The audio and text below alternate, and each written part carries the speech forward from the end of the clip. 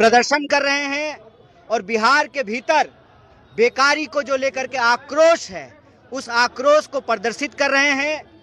हम शासन प्रशासन से, सरकार से यह अपील करते हैं कि या तो आप बिहार के लोगों को रोजगार दीजिए, नौकरी दीजिए, नहीं तो दफ्तर को बंद कर दीजिए।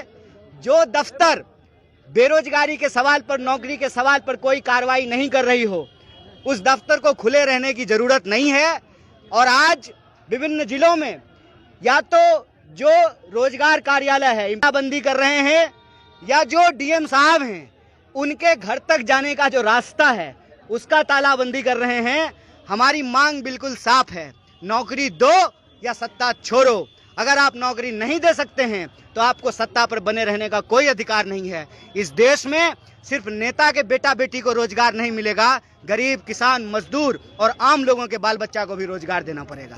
इतना ही नहीं, कन्हैया कुमार ने यहां तक कह दिया कि जो सरकार नौकरी नहीं दे सकती उन्हें सत्ता में बने रहने का कोई अधिकार नहीं है। या तो नौकरी दो या सत्ता छोड़ दो। अगर इस देश में सिर्फ नेता के बेटा बेटी को रोजगार मिलेगा तो हम नेताओं को बेरोजगार बनाएंगे।